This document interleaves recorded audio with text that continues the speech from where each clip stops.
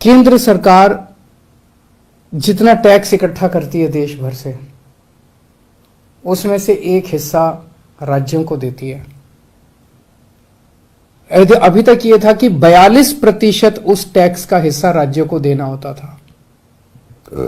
पिछले कुछ वर्षों में यह भी घटा के 29-30% कर दिया गया है। राज्यों को जो पैसा केंद्र सरकार देती है उसकी भी कमी कर दी गई है। कह रहे हैं पैसा नहीं है। आखिर गया कहां केंद्र सरकार का सारा पैसा? 2014 में जितना टैक्स इकट्ठा करती थी केंद्र सरकार, उससे तो दुगना तिगुना टैक्स इकट्ठा हो रहा है आज की डेट में। ये सारा पैसा जा कहां रहा है? आजादी के बाद से आज तक 75 साल मना रहे हैं हम आजादी के। पहली बार एक गरीब आदमी की गेहूं और चावल के ऊपर टैक्स लगाया गया, खाने पीने की चीजों पे टैक्स लगाया गया।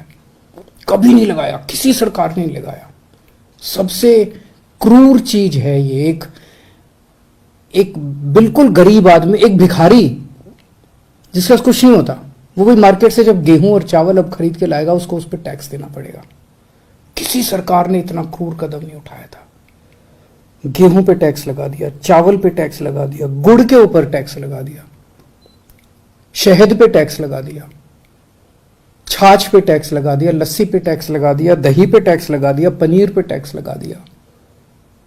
क्या जरूरत पड़ गई? क्या ऐसी क्या हालत हो गई केंद्र सरकार की कि गरीब से गरीब आदमी के खाने के ऊपर टैक्स लगाने की नौबत आ गई, जो आज तक 75 साल में कभी नहीं हुआ था। और केंद्र सरकार ने पेट्रोल और डीजल के ऊपर इतना टैक्स लगा रखा है, हर रोज बताते हैं 1000 करोड़ रुपए का, 1000 करोड़ रुपए की पेट्रोल और डीजल से टैक्स पे आमदनी होती है। साल में लगभग 3.5 लाख करोड़ रुपए की आमदनी होती है केंद्र सरकार की पेट्रोल और डीजल पे जो टैक्स लगा रखा है। कहां गया ये सारा पैसा? और अब कह रहे हैं कि सारी जितनी सुविधाएं जनता को फ्री में मिलती हैं वो बंद होनी चाहिए। सारे सरकारी स्कूल या तो बंद किए जाएं और या सारे सरकारी स्कूलों में बच्चों से फीस ली जाए, ऐसा कह रहे हैं ये लोग। आप सोच के देखो, अगर सरकारी स्कूलों में फीस लगने लग गई, देश के कोने कोने के अंदर सरकारी स्कूल, वैसे ही सरकारी स्कूलों के अंदर पढ़ाई खराब है, और अगर सरकारी स्कूलों में फीस लगने लग गई तो बच्चे को तो कोई नहीं पढ़ा पाएगा। आधे से ज्यादा बच्चे इस देश के अनपढ़ रह जाएंगे। देश आगे कैसे बढ़ेगा? सरकारी स्कूलों से मेरे को याद आया कि कई राज्य सरकारों ने अब सरकारी स्कूलों में फीस लगा भी दी है। मैंने मीडिया में खबरें पढ़ी है कि एक राज्य के अंदर 120 रुपए महीना फीस लगा दी है, एक राज्य के अंदर 500 रुपए महीना फीस लगा दी है। कहां से लाएगा एक गरीब आदमी 500 रुपए महीना अपने बच्चों को पढ़ाने के लिए? अब ये सारे देश के अंदर सरकारी अस्पतालों के अंदर कह रहे हैं कि सरकारी अस्पतालों में बिना पैसे दिए इलाज नहीं होगा। गरीब आदमी के पास इलाज कराने के पैसे नहीं है, वो कहां से लाएगा पैसे इलाज कराने के लिए?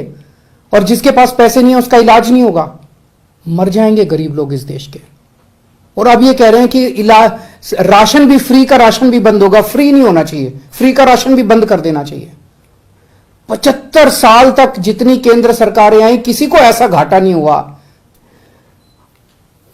प्रश्न उठता है ये सारा पैसा केंद्र सरकार का गया कहां? 2014 में लगभग केंद्र सरकार का 20 लाख करोड़ का बजट होता था। आज केंद्र सरकार का लगभग 40 लाख करोड़ का बजट है। तो ये सारा पैसा जा कहां रहा है? इन्होंने अपने दोस्तों के, इन्होंने बहुत सुपर रिच लोगों के, जो अरबपति लोग हैं, ऐसे ऐसे लोगों के इन्होंने 10 लाख करोड़ रुपए के कर्जे माफ कर दिए।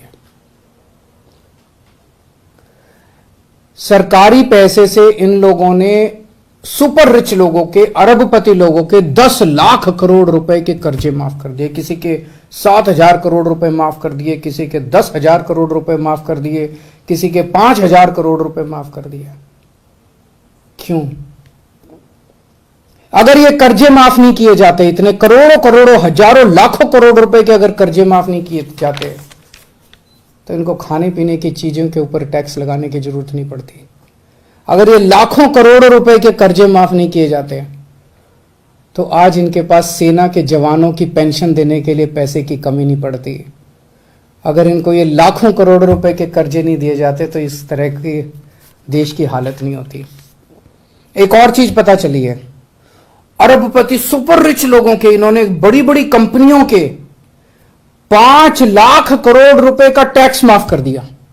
एक तरफ तो कर्जे माफ कर दिए और दूसरी तरफ इनसे जो टैक्स लेना था वो टैक्स माफ कर दिया। गरीब आदमी पे टैक्स लगा दिया। आपके गेहूं, आपके चावल, आपकी दही, आपकी छाछ, आपकी लस्सी, आपकी गुड़, आपकी शहद के ऊपर टैक्स लगा दिया। बड़े बड़े अमीर लोगों के 5 लाख करोड़ रुपए के पिछले कुछ सालों में 5 लाख करोड़ रुपए के इन्होंने टैक्स माफ कर दिए। इन्होंने छूट दे दी इनको। इस देश का आम नागरिक आज धोखा महसूस कर रहा है। ऐसे देश आत्मनिर्भर कैसे बनेगा? ऐसे तो अपने देश के युवाओं का और बच्चों का भविष्य अंधकार में है। अगर ये देश कुछ चंद लोगों के लिए चलेगा, अगर सारा सरकारी पैसा कुछ चंद लोगों पे उड़ाया जाएगा, तो देश आगे कैसे बढ़ेगा?